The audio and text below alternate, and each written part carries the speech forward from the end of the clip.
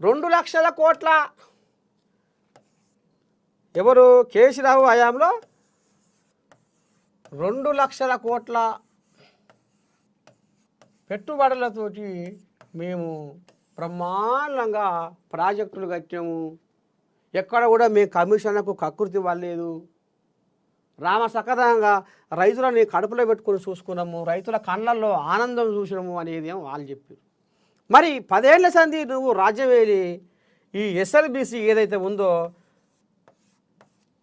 ఇది కాంగ్రెస్ ప్రభుత్వంలో ఆనాడు వైఎస్ రాజశేఖర రెడ్డి హయాంలో పురుడు పోసుకున్న ఏదైతే ప్రపంచంలో అతిపెద్ద ఎస్ఎల్బిసి ఇరిగేషన్ ప్రాజెక్టును బీఆర్ఎస్ వాళ్ళు ఎందుకు అంటి ముట్టనట్టు పక్కకు సవతి తల్లి ప్రేమ చూపించిర్రు?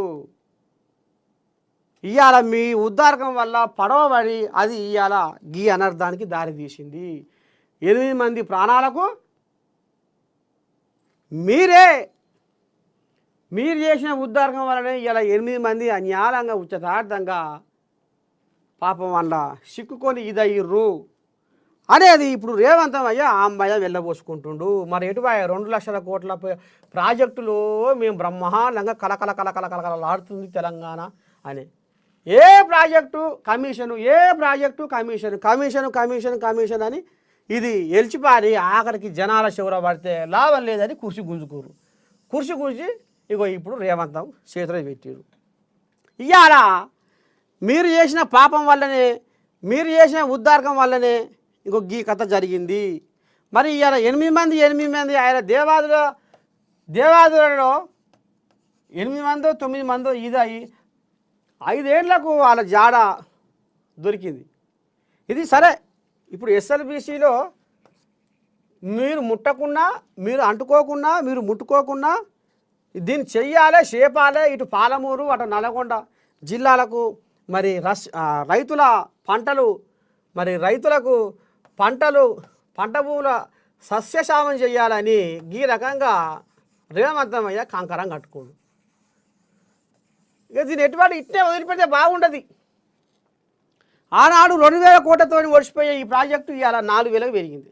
4,000 కోట్ల పైచిలకు పెరిగింది.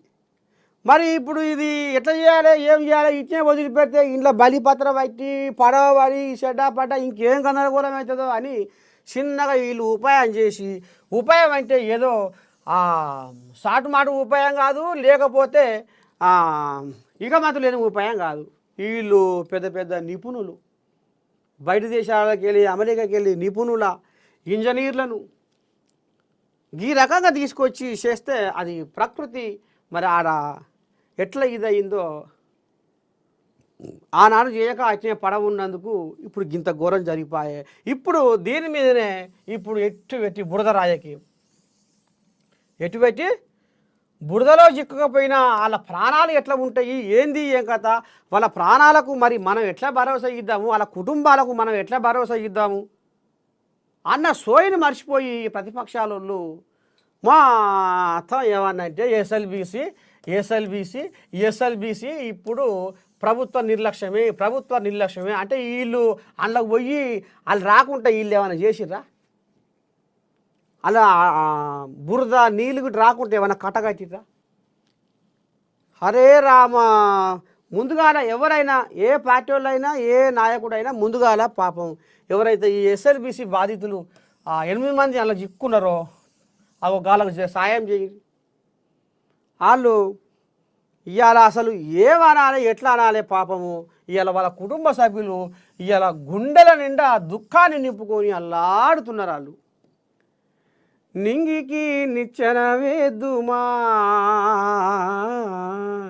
తొంగి మిమ్ముల చూద్దుమా, ఓ నింగికి నిచ్చెన వేద్దుమా,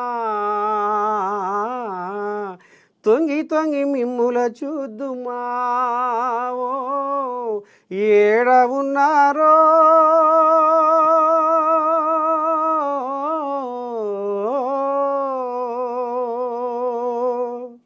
కష్టము చేసే కార్మికులారా, మా పిలుపు విన్నారా, చెమట తీసే శ్రామికులారా. ఇవాళ మన ఏ నేను